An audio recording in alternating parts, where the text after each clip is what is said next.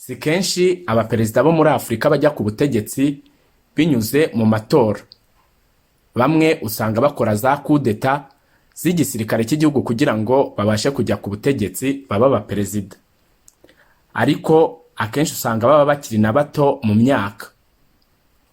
Nk'uyu witwa Ibrahim Traoré yakoze kudeta muri 2022 maze aba perezida wa Burkina Faso, ubu akaba afite imyaka 36. Mahamat Deby wo muri Chad uyoboye inzibacyuho afite imyaka 40, akaba yarabaye perezida muri 2021 nyuma y'uko se wari perezida Idriss Deby yitaba Imana. Assimi Goïta wo muri Mali nawe yakoze kudeta muri 2021 maze aba perezida, ubu akaba afite imyaka 41. Mamadi Doumbouya wa Guinea nawe yakoze kudeta maze muri 2021 aba perezida, ubu akaba afite imyaka 44. Saba bonyine gusa kandi kuko n'uwitwa Bassirou Diomaye Diakhar Faye nawe aracyari muto, ariko we yabaye perezida muri uyu mwaka wa 2024 binyuze mu matora ya perezida w'igihugu. Buri wese aba afite amateka yihariye, ariko ayo tugiye kugarukaho na y'uyu mugabo ukiri muto wabaye perezida wa Senegal watowe muri uyu mwaka mu kwezi kwa gatatu. Mbahaye ikaze, ndi mwarimu Kijana. Bassirou Diomaye Diakhar Faye bakunze kwita Diomaye yavutse ku ya 25 Werurwe 1980 Indiaganiao mu gice cy'iburengerazuba cya Mboul muri Senegal. Ni umunyapolitike wo muri Senegal kandi yahoze ari umusoresha, wabaye perezida wa 4 wa Senegal kuva yatorerwa kuyobora iki gihugu mu kwezi gushize kwa gatatu muri uyu mwaka wa 2024. Ni umunyamabanga mukuru w'ishyaka PASTEF ryari ryabanje kwangirwa ariko rigatsinda amatora y'umukuru w'igihugu cya Senegal 2024 mu mwanya wa Ousmane Sonko utari wujuje ibisabwa. Diomaye yize amashuri abanza mu mudugudu w'iwabo, hanyuma yiga icyiciro cya mbere n'icya kabiri cy'amashuri yisumbuye i Mboul. Mu 2000 Faye yabonye impamyabumenyi ye. Yatsindiye impamyabumenyi ihanitse mu by'amategeko muri kaminuza ya Dakar Cheikh Anta Diop, hanyuma atsinda ibizamini byombi byasabwaga ngo yiyandikishe mu ishuri rukuru ry'ubuyobozi bwa Senegal, ari ryo ryitwa National School of Administration of Senegal, ndetse n'iry'ubucamanza muri 2004. Nyuma yo guhabwa impamyabumenyi, Faye yahisemo kuba umusoresha mu ishami ry'imisoro n'imitungo, aho yagiranye ubucuti na Sonko, umunyeshuri mugenzi we biganye mu ishuri rimwe. Muri 2014 umubano wa Faye na Sonko warushijeho kubera politike y'imisoro n'umutungo by'igihugu yashyizweho na Sonko binyuze mu ishyaka PASTEF yashinze muri 2014. Mu gihe yarayoboye iryo huriro ry'ubumwe, Faye yiyamamarije gufasha abashinzwe imisoro n'umutungo. Mu gihe iri shyaka ryashingwaga, Faye yahise azamuka bumwe mu bantu bakomeye muri ryo. Yakomeje kuba umwe mu bantu b'icyitegererezo ndetse abumwe mu gushyigikira Sonko kubera kandidatire ye mu matora ya perezida wa Senegal muri 2019. Sonko yagize amajwi hafi 16% kandi yaje ku mwanya wa gatatu. Muri Gashyantare 2021 Faye yabaye umunyamabanga mukuru wa PASTEF nyuma y'uko Sonko atabwa muri yombi ashinjwa gufata ku ngufu inshuro nyinshi umukozi wakoraga mu nzu ikorerwamo massage. Mu rwego rwo gufata ingamba zo gutsinda ubutegetsi, Faye yagerageje guhuza abatavuga rumwe n'ubutegetsi mu matora yo muri 2022, yegukana imyanya 56 iyobowe n'umuryango uharanira kubohora abaturage. Nyuma yo kutamenya neza niba Sonko ashobora kuba umukandida mu matora ya perezida, PASTEF yemeje Faye mu Gushyingo 2023 nk'umukandida wayo mu matora ya perezida wa 2024, nubwo Faye yaje gufungwa. Icyakora PASTEF yari yarabujijwe amezi menshi mbere, bivuze ko yayoboraga nk'iyigenga. Ku ya 20 Mutarama 2024 akanama gashinzwe itegeko nshinga rya Senegal kashyize ahagaragara urutonde rwa nyuma rw'abakandida mu matora y'umukuru w'igihugu, kandi Sonko ntiyarugaragaraho nyuma y'impaka nyinshi mu by'amategeko. Kandidatire ya Faye yemejwe kuko atigeze hamwe n'icyaha nubwo yari afunze. Sonko yahise atangaza ko ashyigikiye Faye mu matora. Ku ya 15 Werurwe 2024, nyuma y'umunsi umwe Faye avuye muri gereza, yakusanyije abamushyigikiye babarirwa mu magana ubwo yahagararaga ku mugaragaro bwa mbere nk'umukandida ku mwanya wa perezida.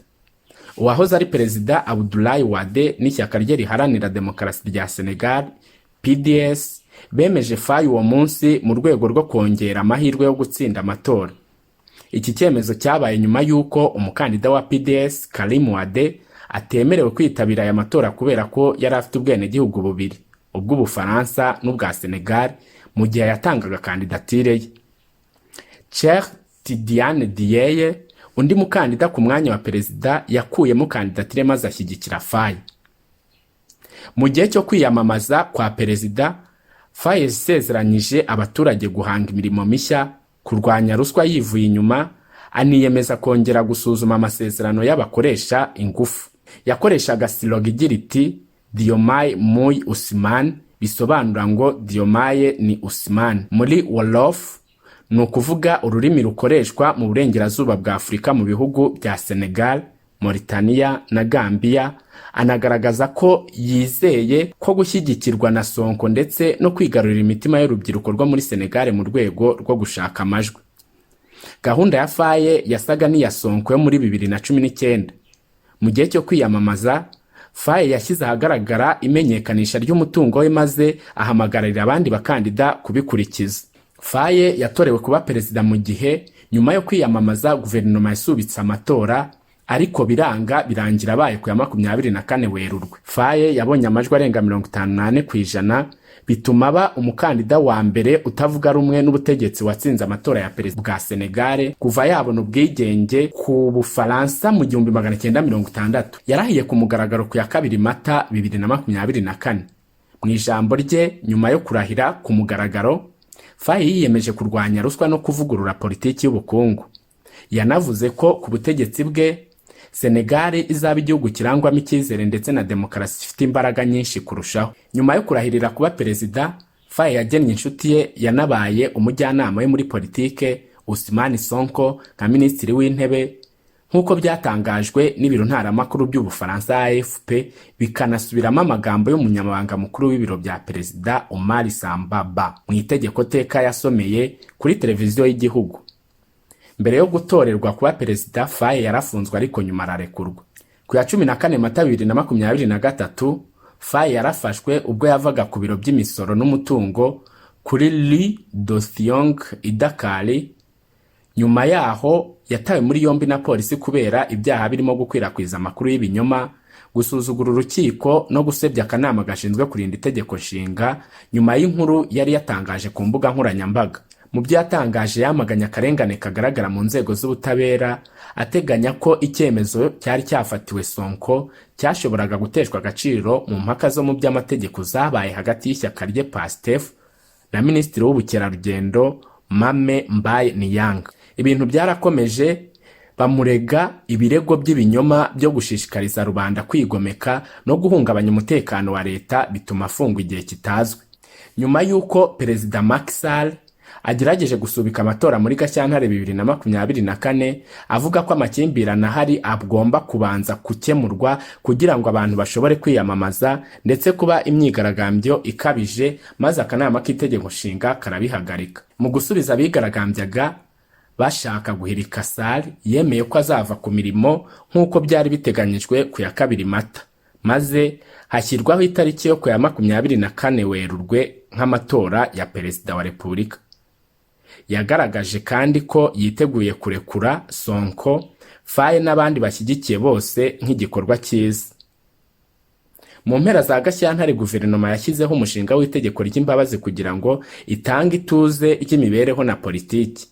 Imfungwa za politiki nyinshi zararekuwe na guverinoma, maze ku ya 14 Werurwe, hasigaye iminsi mike ngo amatora abe, Sonko na Faye bararekurwa.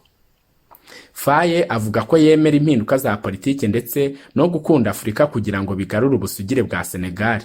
Amagambo bamwe mu basesenguzi bemeza ko ari ugushaka umugambi wo gutandukanya igihugu n'ibihugu by'iburengerazuba, cyane cyane uwahoze ari umutegetsi w'abakoloni b'Ubufaransa. Yabasezeranije kandi kurwanya ikibazo cy'ubukungu bucungwa n'Ubufaransa bukajya mu maboko ya Senegal mu gihe yaramuka atowe. Faye yasezeranyije kugabanya ububasha bwa perezida no kongera gushyiraho visi perezida. Faye yashyize imbere kurwanya ubukene, akarengane na politiki ya ruswa mu gihe yaramuka atorewe kuba perezida, agira ati nta gihugu gishobora gutera imbere mu gihe ruswa no kunyereza umutungo wa leta ari byo bikorwa gusa. Faye ashaka gushyira mu bikorwa ivugurura ry'amafaranga kugira ngo ateze imbere ubukungu bwa Senegal, akuraho ifaranga rya CFA rishingiye ku ifaranga rya euro ry'ubumwe bw'Uburayi ndetse rishyigikiwe n'Ubufaransa bwahoze bukoloniza Senegal. Muri gahunda ye yagize ati tuzakora ivugurura ry'ifaranga rizemerera igihugu cyacu kugira ifaranga ryacyo ryihariye. Mu kiganiro n'abanyamakuru yongeyeho ati nta busugire bwabaho mu gihe nta busugire bw'ifaranga buhari. Nyuma y'impungenge z'abashoramari b'amahanga, muri Werurwe 2023 yagize ati Senegal izashyira mu bikorwa ivugurura ry'amafaranga y'amasefa ave ku rwego rw'akarere, kandi nibiramuka byanze Senegal izashyiraho ifaranga ry'igihugu ryihariye. Faye avuga ko amasezerano kuri gaze, ibitoro n'uburobyi nayo mu rwego rwa gisirikare yose agomba kuganirwaho hagamije ko agirira akamaro kurushaho abaturage ba Senegal. Faye agamije kuzamura izina n'ubusugire by'inzego n'ingabo n'umutekano binyuze mu mbaraga zihuriweho no kurwanya ruswa n'imikorere idahwitse. Iyi gahunda irashaka kwemeza ko umutungo ukoreshwa neza, ushyira mu bikorwa gahunda zigamije kuzamura imyitwarire, gushishikariza no kugenzura inzego nkuru z'umutekano. Byongeye kandi hari icyemezo cyo kuzamura imishahara y'abakozi bo mu nzego zo hasi. Porogaramu ye yiyemeje gushyigikira ibiranga ingabo z'igihugu cya Senegal mu guharanira ko hagaruka amahame ya gisirikare, ikabuza kugira uruhare mu bibazo bya politiki. Byongeye kandi gahunda ikubiyemo kongera ingufu z'indege n'ingabo binyuze mu kugura indege zitwara abantu nka C-130 kugira ngo zuzuze neza ibyo ziyemeje imbere y'abaturage. Faye yizera ko nta sano igomba kubaho hagati y'abacamanza n'abandi banyamategeko. Umugambi urimo kuva mu kanama gashinzwe itegeko nshinga akajya mu rukiko rushinzwe kurinda iremezo n'itegeko nshinga, akavuga ko ari rwo rwego rw'inzego z'ubutabera. Byongeye kandi mu rwego rwo kurushaho kubazwa no gushimangira uburyo bwo kugenzura, atanga igitekerezo cyo gukuraho amafaranga ya politike no kuyasimbuza amafaranga yihariye yagenewe inteko ishinga amategeko mu bikorwa bikomeye nko gutanga intwaro ndetse n'ubutumwa rwihishwa. Byongeye kandi azashyirwaho amategeko agamije kurinda abatanga amakuru, ahuza n'amahame agaragara mu itegeko ryerekeye gukorera mu mucyo mu micungire y'imari ya leta. Faye afite abagore babiri, Marie Kone Faye na Absa Faye. Marie Kone ni mwene wabo wa hafi w'umugabo we kandi bafitanye abana 4, abahungu 3 n'umukobwa umwe. Nta mwana yigeze agirana na Absa. Faye yashakanye na Marie muri 2009, nyuma ashakana na Absa muri 2023. Faye afite inzu i Dakar ndetse n'ubutaka hanze y'umurwa mukuru ndetse na Ndiaganiao aho yavukiye mu burengerazuba bwa Senegal. Afite kandi amadolari agera ku 6,600 kuri konte ye muri banki. Faye na Ousmane Sonko ni inshuti magara ndetse bakita umwe mu bahungu be Ousmane mu rwego rwo kubahiriza ubucuti bwabo.